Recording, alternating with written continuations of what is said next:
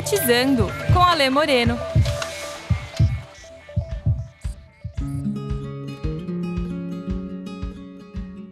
Não seremos máquinas, tensas, exauridas. Antes, verdadeiramente ser. Seremos o saber inconstante, o estar mais mutante, o mais puro e humano ser, que vislumbra logo à frente forma mais humana de viver. Preparar no presente o futuro que queremos ter, decodificar o agora, a tendência do mundo, para o mundo fazer. Não merecemos mais ser partes de engrenagens, linhas de montagem, nem formas, nem formados, nem prontos para sermos usados, não mais consumidos, consumados. Merecemos o ser relevante, inspiração constante, desejosos do saber, desparadoxando o prever, abraçar o novo, com braços esperançosos, disponibilizados, ilimitados, à prova de qualquer porvir, apropriados do criar, num eterno transformar, o divino, num futuro cada vez mais presente, não tarda a chegar.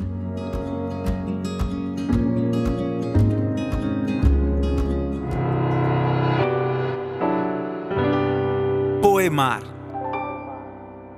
no Sintetizando.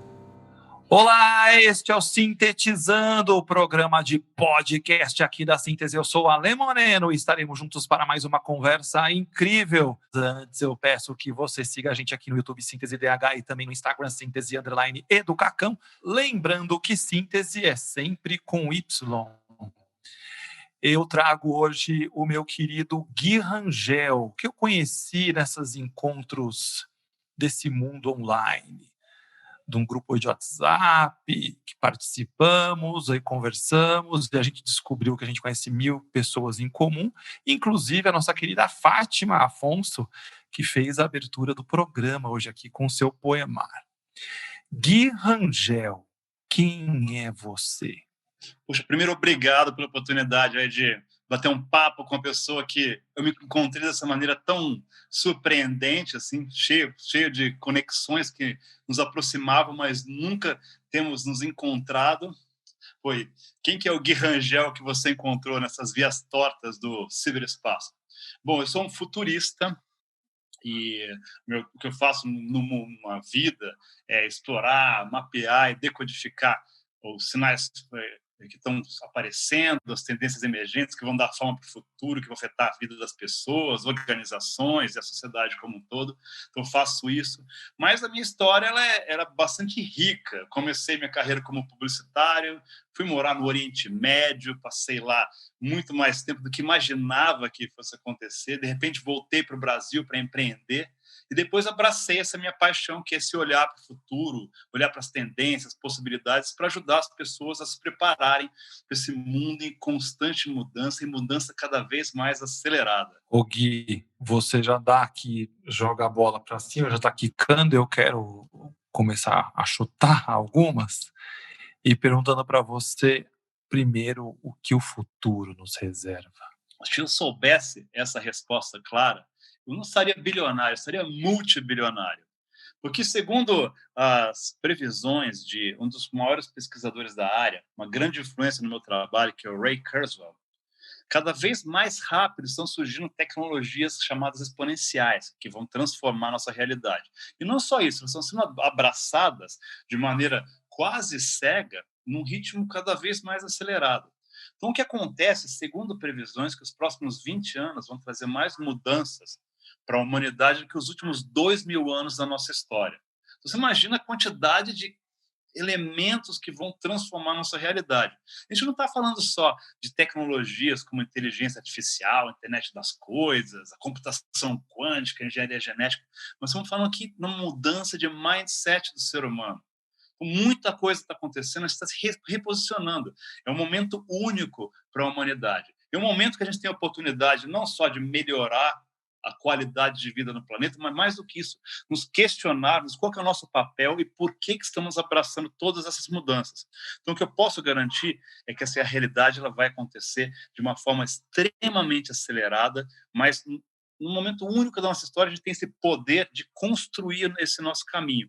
É o que eu gosto de chamar de olhar para criar o que chamados futuros desejáveis. O que a gente quer que aconteça? E nesse processo conjunto, desenhar quais são as ações que vão transformar essa visão em realidade.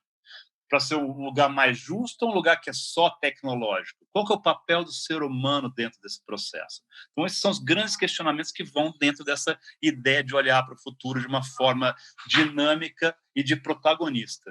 Ô Gui, não existe não sei se essa é a melhor palavra, um paradoxo aí, porque se o futuro, a gente fala de imprevisibilidade, como que é possível prever o futuro de tudo que vai acontecer com relação às mudanças? É paradoxal essa história? Olha, é um paradoxo interessante, porque o fato é o seguinte, a gente tem que pegar, o que a gente tem que fazer nesse processo não é saber exatamente o que vai acontecer no futuro, mas nos tornarmos preparados para essas possibilidades. Saber o que é inevitável nesse processo. Tem algumas tendências chamadas inevitáveis, que foram muito bem descritas num livro que chama Inevitable, do Kevin Kelly, que é um ex-editor daquela revista Wired, um cara brilhante. Ele mapeou essas tendências, fala, isso vai acontecer. Então, a gente sabe que esse processo vai acontecer. Como ele vai acontecer, como ele vai se materializar, aí que é difícil. Por exemplo, a desmaterialização do dinheiro. Isso é um processo inevitável. Como ele vai acontecer? Se vai ser o Bitcoin, que vai ser aqui uma coisa meio libertária, que não está ligada a governos, ou vão ser os governos que vão abraçar esse processo, ainda não está claro. Mas a gente sabe que mais e mais o dinheiro vai estar distribuído, ele vai fluir e vai ter menos controle dos governos. Então, o nosso olhar, quando a gente olha para as tendências, a gente tenta entender quais são essas possibilidades e qual que é o nosso caminho. Então, a gente fica preparando, ajuda as pessoas e as organizações a se prepararem a ficar à prova de qualquer situação. O que mais que ele falou com relação a essas possibilidades futuras que você traz aqui? Você falou da desmaterialização, o que mais que surge? A disponibilização, algo que é inevitável, é o fato de, a partir do momento que você cria uma informação, um serviço, ele fica absolutamente disponível para todas as pessoas de maneira quase instantânea. Você cria um serviço de encontros e sem um investimento enorme ele fica disponível para a população mundial. Você cria um serviço de conectar as pessoas com as propriedades de pessoas que não estão usando. Aí você cria um sistema como o Airbnb, onde você colabora e você disponibiliza espaços para ficar e dinheiro para as pessoas que tinham esse espaço ocioso. Essa é uma outra tendência. Vamos pensar aqui, o acesso à tecnologia ilimitado, que se materializou como a computação na nuvem, onde antigamente você tinha que ter um servidor na sua companhia para poder ofertar um serviço, de repente está disponível, você se conecta. E cada vez mais serviços ficam disponíveis e ampliam demais as possibilidades de geração de valor, de colaboração, de transformação da sociedade. Então, tem uma série de tendências como essas que são inevitáveis. Então, nosso caminho, nossa jornada tem que estar em ajudar a preparar as pessoas para essas múltiplas realidades. E como elas vão se materializando, a gente vai acompanhando isso para que, à medida que elas vão chegando cada vez mais perto, a gente sabe quais são as ações estratégicas para se preparar para elas. Não vão ser uma surpresa total. Ô Gui, onde entra a escola nessa história? Porque a escola que eu vejo ainda está preparando, não sei se essa é a melhor palavra, mas está cuidando do mundo do século XIX, XX, otimista. Como que a escola está se organizando, se é que ela está, na sua visão, para esse mundo que se apresenta cada dia mais perto, cada dia mais rápido, com tudo isso que você traz para a gente aqui? Olha, eu acho que tem uma oportunidade enorme que, no momento, ainda está sendo desperdiçada. A gente vê alguns sinais na área de educação que são promissores. Mas deixa eu te contar uma história que me deixou chocada. Um outro dia, eu estava numa reunião de pais e mestres, antes da pandemia, da escola da minha filha. É uma escola toda inovadora, aberta, que estimula assim, o pensamento crítico. Aí eu peguei, no meio da conversa, estavam os pais e falaram com os professores e o orientador. Mas espera um pouco, como você vai preparar os nossos filhos para o vestibular? E eu olhei para aquilo e falei, caramba, vestibular? Aquela maquininha de louco assim que transforma nossos filhos assim em máquinas tensas, exaustas, que é um decoreba, você absorve o máximo possível de informação. Eu falei, cara, os pais não deviam estar preocupados com isso, deviam estar preocupados. Como é que a gente pode tornar eles mais preparados para o futuro, mais críticos, mais criativos, mais humanos? Porque tudo aquilo que não é humano tem uma chance enorme de ser automatizado e substituído de maneira absolutamente agressiva. Então, o que eu vejo nesse processo, eu gosto de falar muito isso. Tem uma frase agora que é a Darling, a querida da maior parte dos futuristas, e eu acho que é fundamental para esse momento, para entender quais são essas confusões que nós vivemos. Tem um sociobiólogo chamado E.O. Wilson, que é um super premiado, fantástico. Ele começou estudando a estrutura organizacional da sociedade das formigas, e depois foi ampliando esse conhecimento para entender como funcionam as sociedades humanas, como o ser humano funciona. E o E.O. Wilson falou essa frase que eu acho magnífica, que o problema da humanidade é que nós temos emoções paleolíticas, trabalhamos em organizações medievais e temos acesso a tecnologias quase divinas. Na verdade, o que ele fala na frase original são teorias, tecnologias divinas. Mas como eu olho para o futuro e vejo que o divino ainda está para chegar, já é o suficiente para dar uma sacudida. Então, a gente tem essas confusões, esses conflitos. Nossa natureza humana, as instituições que nós criamos estão muito atrasadas e com acesso a essas tecnologias absolutamente disruptivas. Quando a gente fala de educação, olha, é mais complicado, porque como você sabe, um especialista, um entusiasta do assunto, ela é uma dádiva ou uma maldição da Revolução Industrial, onde nós fomos preparados, as pessoas eram preparadas para se tornar partes de uma engrenagem maior que a nossa economia, essa economia de consumo. Então, a gente era colocado numa linha de montagem, as salas de aula são linhas de montagem, onde vocês vão colocando cada vez mais peças, as pessoas vão colocando, tem mais peças sendo adicionadas para poder terminar esse produto. E eu gosto de dizer que em português isso ainda é mais impressionante, porque quando a gente termina esse processo, vamos dizer, nós nos formamos, ou seja, nós tomamos forma, somos um produto acabado pronto para ser utilizado por essa sociedade de consumo, sociedade econômica dinâmica. Certo? O que acontece é que não existe mais isso. Como eu falei para você, a velocidade das mudanças está se acelerando. Então, não tem como você estar formado e continuar relevante. A gente tem que pegar e induzir, imbuir, inspirar os alunos, que somos todos nós, de crianças a pessoas de 70, 80, 90 anos, a estar num processo de constante transformação. Nesse processo, você deixa de ser um psicólogo. Você não é um psicólogo, você está um psicólogo. Você não é engenheiro, você está engenheiro. Você não é um administrador de empresas, você está. Então, você pode colocar vários chapéus. A educação tem que preparar essa educação adequada a esse mundo de constante mudança, ela tem que preparar as pessoas a serem líquidas, elas se abraçarem o novo, elas se reinventarem.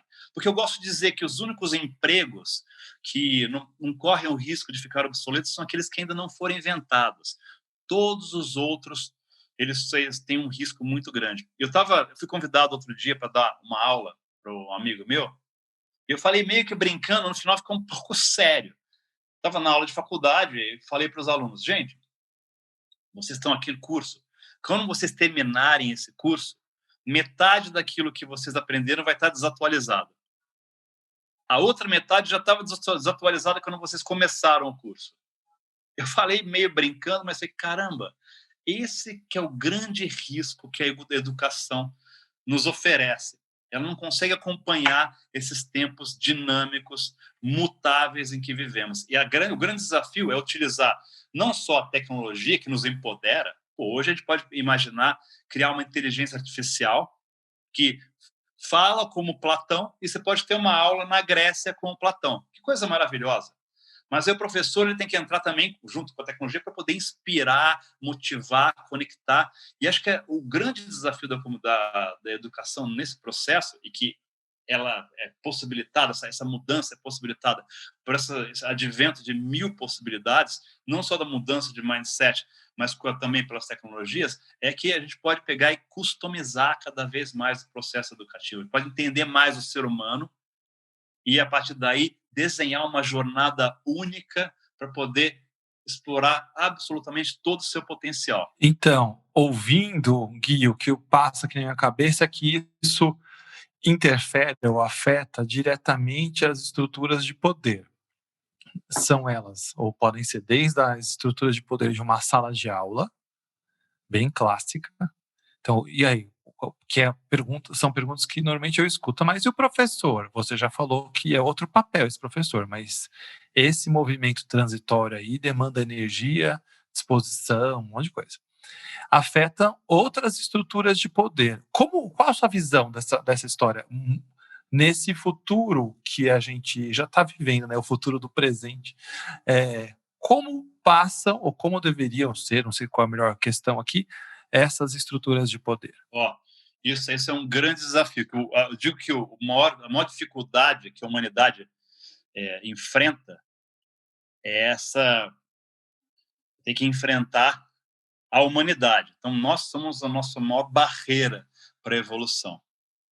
O que eu acredito nesse processo, Ale, que é tão rico, é que a gente está tendo uma fragmentação do processo de inovação.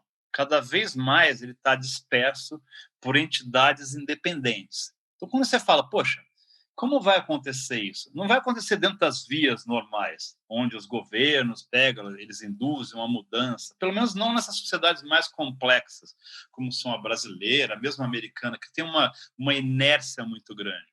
Mas você tem todo um ecossistema de inovação que tem todo o interesse do mundo em trazer esse tipo de mudança radical. Porque as companhias precisam de novos talentos adequados a essa nova era, as economias precisam se renovar, porque tudo aquilo que foi automatizado, que está sendo automatizado, perde valor. Então, eu preciso de gente preparada para gerar um novo valor. E nesse processo, a gente tem que romper com essas amarras, tem que romper com essas tradições. Aí a estrutura de poder não importa mais. Você tem dinheiro sendo colocado para que essa transformação seja, não só aconteça, mas que seja acelerada. Tem uma demanda cada vez maior. Então, de repente, tem um fundo de investimento, uma empresa de Big Tech, que cria uma inovação, uma forma diferente de gerar conhecimento, uma grande companhia investe dinheiro num novo sistema, porque é necessário e que não tem nenhuma conexão com a estrutura de poder tradicional. Então, eles vão trazer aí uma nova maneira de resolver problemas que é mais agnóstica, não está ligada a todo esse legado que foi construído no decorrer de séculos de desenho de plataformas de educação, que no final se transforma numa amálgama. Você vai colocando um monte de elementos que não são necessariamente originais, mas que foram colocados, hoje fazem parte desse todo, mas que não existem mais razão para que eles pertençam a esse processo que é tão necessário para a construção do indivíduo. Eu estou junto com você nessa história, concordo com a sua fala e fico pensando aqui, e é essa a minha próxima questão,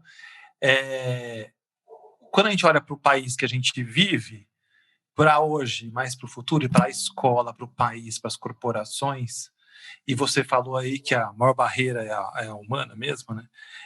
Qual a distância que a gente está disso tudo? O que precisa acontecer? Você acha que a pandemia acelerou? Imagino que alguns processos foram acelerados com a pandemia, mas o que mais? O que é necessário acontecer nessa estrutura de país? Não precisa entrar de política, não precisa nem entrar nesse assunto. Certo. Se você quiser, pode. Esse é um programa. Mas o que você tem como perspectiva, movimento do país, para que a gente se coloque de fato como um país que está à frente, né? Fazendo movimentos, olhando para essa estrutura agnóstica? Eu adorei essa história, esse jeito agnóstico de lidar com as questões do futuro. Me fala um pouco dessa sua visão de Brasil. Eu tenho um jeito de olhar para o mundo, assim, para definir como a minha visão futurista se materializa, eu gosto de dizer que eu sou um futurista pragmático. E o que é esse pragmatismo? A gente tem a tendência a olhar para o futuro de criar dois olhares básicos. Um que é utópico, tudo vai ser lindo, é abundância, tudo vai ser fantástico. Eu chamo isso de futurismo abraça-árvore. E do outro lado, a ficção, que é também uma forma de olhar para o futuro, a ficção científica, que é uma forma de explorar o futuro e prototipar realidades, ela gosta muito do chamado das distopias, que é onde tudo deu errado. Os sistemas políticos degradaram, perdemos nossa liberdade, o mundo entrou em colapso, o meio ambiente. Então, você cria histórias magníficas para os nossos heróis viverem.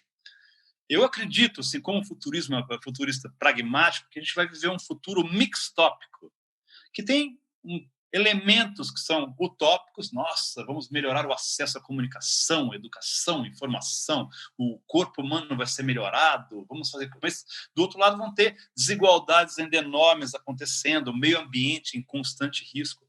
Então, todas as realidades, elas coexistem. Por isso que eu gosto de dizer que a minha forma de olhar para o mundo eu chamo de os 50 tons de futuro.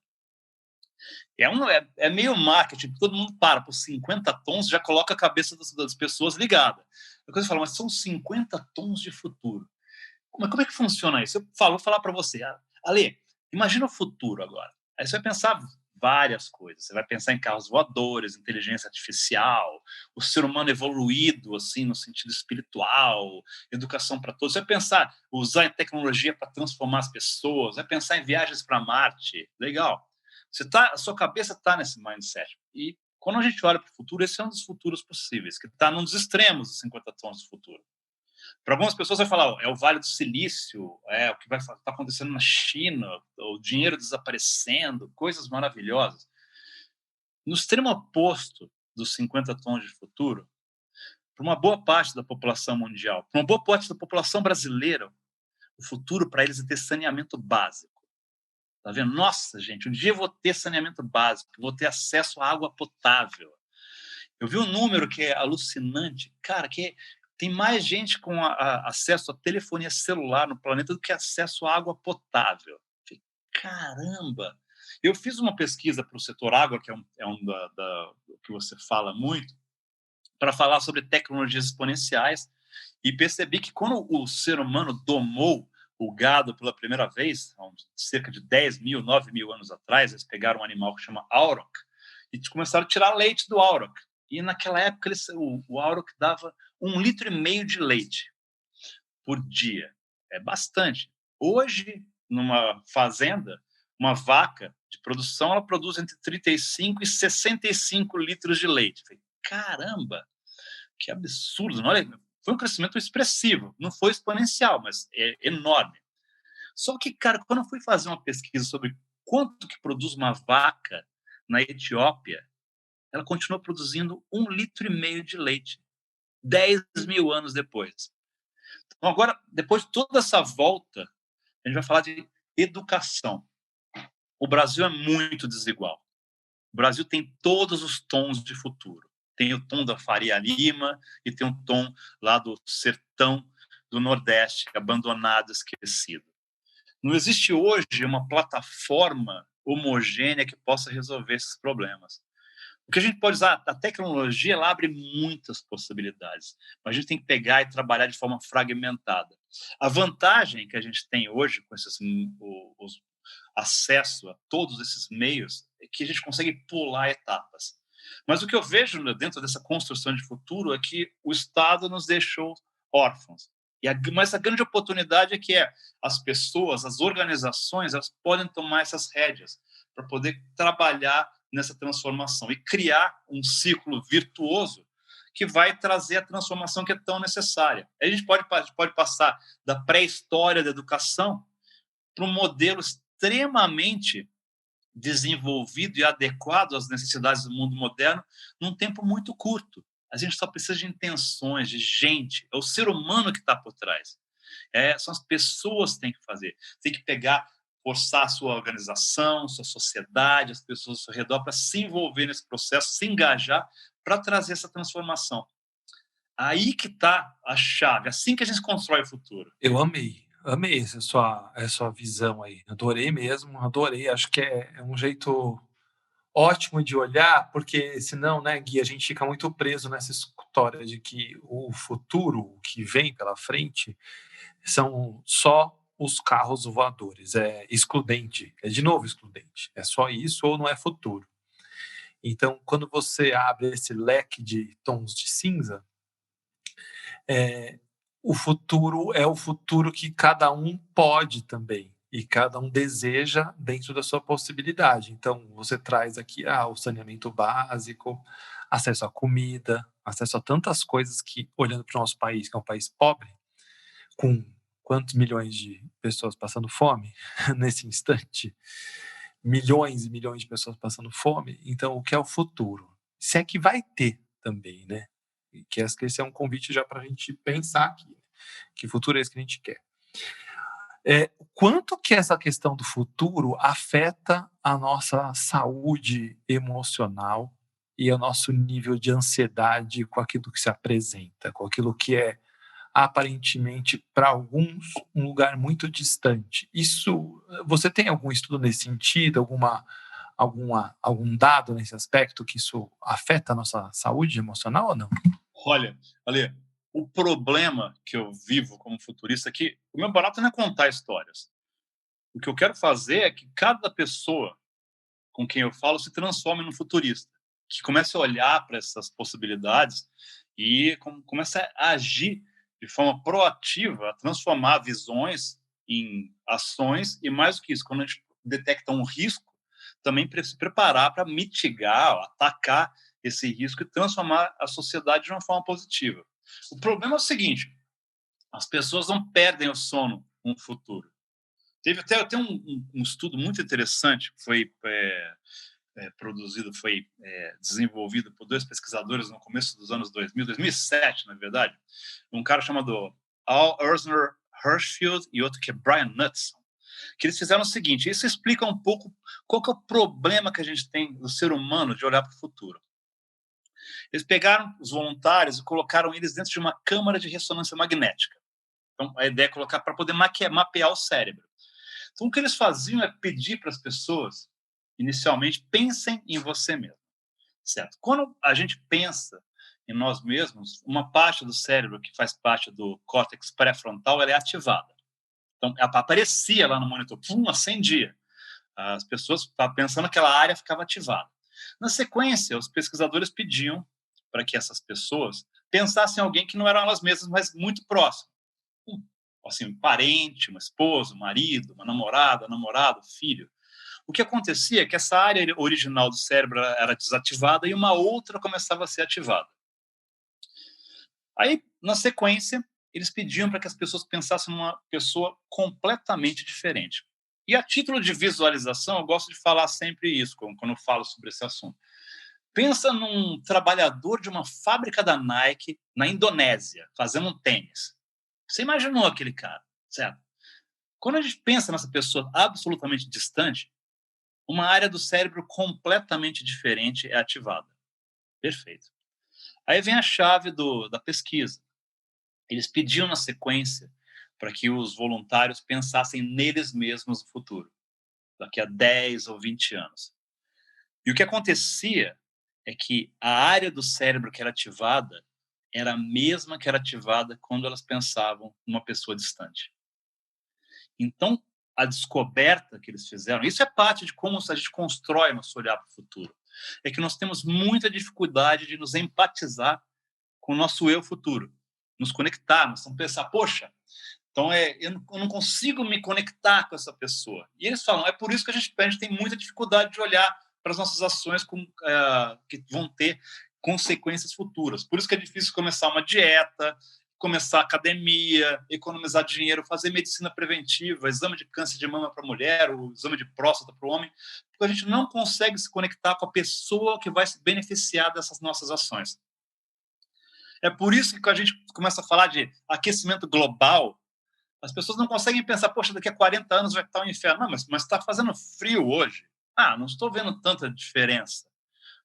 Porque a gente não consegue se conectar com essa possibilidade de futuro, que nós vamos habitar esse futuro. Então, um dos processos mais difíceis para qualquer pessoa que está trabalhando com educação, com políticas ambientais, com tudo que nos rodeia, é sensibilizar as pessoas que estão ao nosso redor com o fato de que as nossas ações hoje, nossas ações passadas e presentes vão ter consequências no futuro que não é amanhã.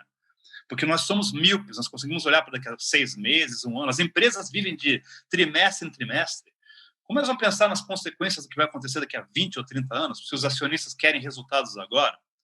Como a gente vai pensar, eu tenho que fazer minha prova hoje, como eu vou pensar que o profissional que eu vou ser daqui a 40 anos, que a gente vai aumentar a nossa duração da nossa vida, nossa longevidade vai ser enorme. Tem estudos dizendo que nossa geração vai viver até os 150 anos. E isso são os bem conservadores. Como a gente consegue se conectar? Como a gente consegue criar políticas públicas que vão endereçar esse mundo em constante mudança? Se a gente vive de 4 em 4 anos, o pessoal tem que resolver algo. Como é que se faz uma política de educação que vai ter consequências daqui a 15 anos, se daqui a 4 anos o cara pode estar fora? É mais fácil você construir uma ponte ou dar dinheiro para poder resolver um problema imediato do que você imaginar nas consequências distantes. Então, esse é o grande desafio. Transformar esse imediatismo natural do ser humano em algo que cria uma visão e ações que tenham impacto a longo prazo. Também. Eu tô aqui doido com você, assim, pensando em milhares de coisas, adorando esse papo. Oh, manda. Ô Gui, eu vou te convidar agora para um papo muito rápido. É um quadro que tem nesse programa. É um quadro que inquieta mentes e corações. Vamos chamar a vinheta do Inquietações.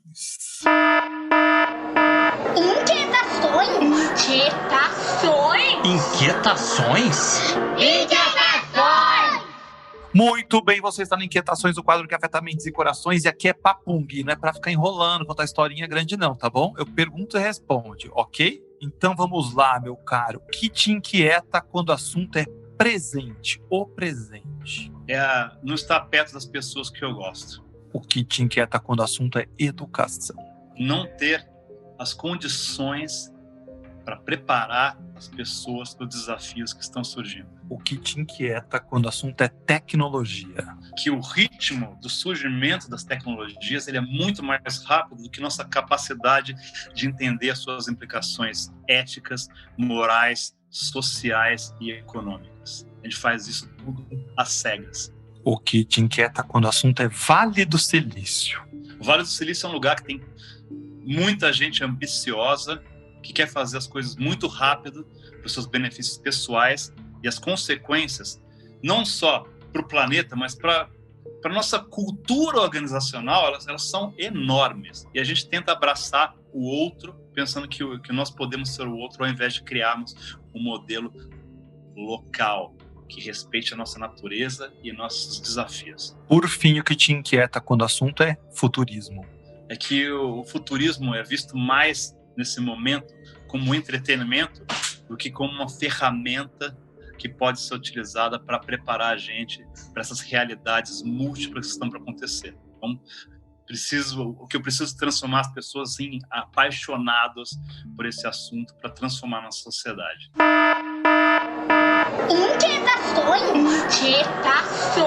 Inquietações? Meu caro, estamos terminando o nosso programa aqui, feliz e contente de encontrá-lo. Eu tenho aqui perguntas finais. A primeira é a seguinte: quem é o Gui do futuro? O Gui do futuro, eu gosto de dizer, para falar, eu usei isso numa palestra, e eu acho que ele me descreve muito bem a pessoa que eu quero me tornar. Então, para isso, vou roubar assim, essa frase daquela parceria imortal entre Paulo Coelho e Raul Seixas, o maluco beleza. Então, o Gui do futuro é um cara que vai dizer: o que eu prefiro ser essa metamorfose ambulante do que ter aquela velha opinião formada sobre tudo. Esse é o Gui do futuro ou já é do presente? Ele tenta ser muito assim no presente, mas se ele continuar sendo assim no futuro, ele vai ser bem feliz. Equilibrando. Com Fred Barão. Olá, queridas, olá, queridos. Uma vez que equilíbrio é movimento, Nada melhor do que gerar esse movimento com boas perguntas, com boas reflexões, que podem nos levar a algum lugar, sem a pretensão de lacrar, mas com um desejo muito grande de ampliar, para trazer, quem sabe, movimento e real bem-estar. Se o papo é futuro, gostaria de trazer para a nossa conversa uma reflexão sobre esperança. Na sua vida, a esperança pode ser algo compulsório, pois andar com fé eu vou, a fé não costuma falhar. Ou, na sua jornada, a esperança pondera, de forma cada vez mais crítica, o que a vida está te oferecendo, e cada vez está mais árduo o exercício da arte, a arte de viver da fé, e já não se sabe fé em quê. Em qualquer destes dois cenários que você se encontre, que você perceba a sua esperança atuante, muitas vezes há a sensação de uma enorme lacuna entre a emergência e o tamanho da reação. Uma enorme lacuna entre a demanda atual, a necessidade ou a urgência que eu vejo e sinto, e o tamanho da energia que eu terei que utilizar para transpor essa lacuna. E isso, essa percepção de abismo, pode tirar completamente nossa energia. Muitas vezes, nos impedindo de dar até o primeiro passo e construir o futuro que tanto almejo e que tanto mereço. E quem sabe, acabemos falando, isso é coisa para a próxima geração. E dessa forma, esquecemos que nem sempre vamos aproveitar da sombra que plantamos hoje, aqui e agora. E é nesse ponto que eu te convido a refletir sobre algo muito importante. O que guia a sua esperança? O resultado ou a intenção? Quando a esperança é guiada pelo resultado, a confiança floresce realmente quando o resultado preferido parece razoável, provável de acontecer. A ação só ocorre se as chances forem altas. E ela é dependente de otimismo e ela se nutre apenas no fim. Mas, quando a sua esperança é guiada pela intenção, algo que existe dentro de você, o florescer da confiança ocorre na possibilidade daquilo que gostaríamos ou amaríamos acontecesse. A ação é ancorada na clareza de que o desejo existe dentro de mim e na clareza da impermanência, que tudo pode mudar e que eu tenho acesso a essa mudança. Quando a esperança é guiada pela intenção, não existe uma exigência de otimismo e ela se nutre não no fim, e sim na própria jornada. Bom, está oferecida esta reflexão. O que guia a sua esperança? Resultado ou intenção? De qualquer forma, me despeço trazendo uma certeza. Talvez eu não vá mudar o mundo, mas tudo o que eu faço importa. E estou certo que tudo o que você faz importa também. Te desejo amor, sabedoria e paz. Equilibrando com Fred Barão.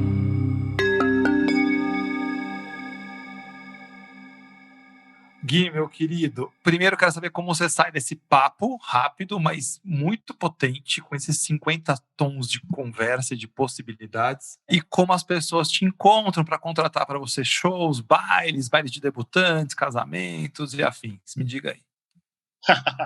Se as pessoas querem te encontrar no futuro, nos diga como. Olha, o Gui Rangel, ele nunca perde a chance de uma boa conversa. Eu sou apaixonado por conhecer pessoas, descobrir histórias, informação. Tanto que a vida parece que ela é muito curta para a gente poder abraçar esse mundo. Então, venham a mim, vamos lá, faço baile de debutante, danço, sapateio, escrevo. Então, se vocês quiserem entrar com o Gui Rangel, procure o Gui Rangel, sou o único Gui Rangel no LinkedIn. Acesse o meu site, o www.guirangel.com.br. Eu posto também no Instagram, também Gui Rangel, underscore, aquela linha para baixo, Gui Rangel, underscore, de novo, eu criei um suportezinho para o meu nome que fica super bonitinho, certo? E, sério, nos encontramos pelas redes, estou sempre por aí. E como foi essa prosa? E que música você pede para encerrar esse programa? Olha, essa prosa foi deliciosa. Quando você tem um interlocutor que sabe apertar os botões certos, a gente fica muito empolgado. Parece que não dá vontade de parar nunca. E a música que eu gostaria seria Extreme Ways, do Moby, que tem um vibe muito bom. Extreme Ways, eu não garanto, porque às vezes o YouTube derruba a música gringa, então você pode, inclusive, e aqui vai ficar um mistério, a gente pode encontrar essa música no futuro ou não nesse programa. Ou você traz o plano B de uma música brazuca. O que você quer? Quer arriscar? A música brazuca, para mim, que eu posso ouvir todos os dias, sempre, é Construção, do Chico Buarque de Holanda. Poeta maravilhoso e músico ainda mais extraordinário. Gui, adorei esse papo, adorei tantas possibilidades, adorei os 50 tons, anotei um monte de coisa aqui. Eu acho que esse papo não termina aqui, acho que tem que ter um papo no futuro, com tanto presencial quanto podcast, acho que rola muita coisa aqui, não tenho dúvida alguma. Muito obrigado. Muita generosidade da sua parte em compartilhar o seu tempo gravando comigo esse programa e levando tantas possibilidades para quem nos ouve.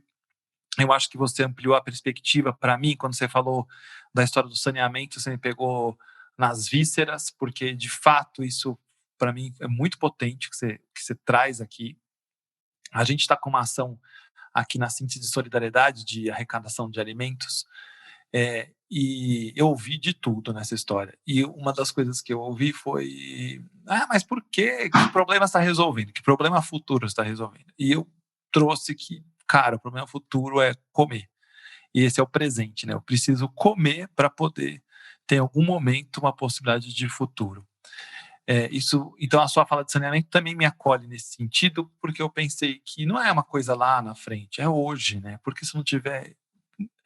Isso me acolhe tanto, sabe? De eu imaginar de fazer, quando a gente essa entrega, sei lá, a gente está gravando em junho. Então a gente chegou já com certeza aqui, a gente já ultrapassou a marca de 2.000 cestas entregues de alimento. E é tão legal quando tem entrega de falar, porra, hoje tem comida na mesa de uma galera, assim, né? Isso é muito bom. Isso aí dá para eu estudar melhor. Resolvi o futuro dessa pessoa? Tenho certeza que eu não resolvi. Mas naquele dia, naquele instante, o presente foi de fato um presente para todo mundo. Então, quando você fala do saneamento, acho que esse é um jeito que me pegou assim muito forte. Eu adorei essa sua fala e quero te agradecer muito. Para quem curtiu essa prosa, por favor, siga a gente aqui no YouTube no Síntese DH e também no Instagram, Síntese_Educacão. Estamos no LinkedIn, Spotify, todos esses lugares. Síntese sempre com Y. E agora ficamos com a música pedida por Gui, que eu não sei mais qual é, se é a gringa ou se é a brazuca. Valeu, Gui. Tchau. Grande abraço. Valeu, Ale. Te vejo no futuro. Eu também. Beijou sua mulher como se fosse a última, e cada filho seu como se fosse o único, e atravessou a rua com seu passo tímido. Subiu a construção como se fosse máquina.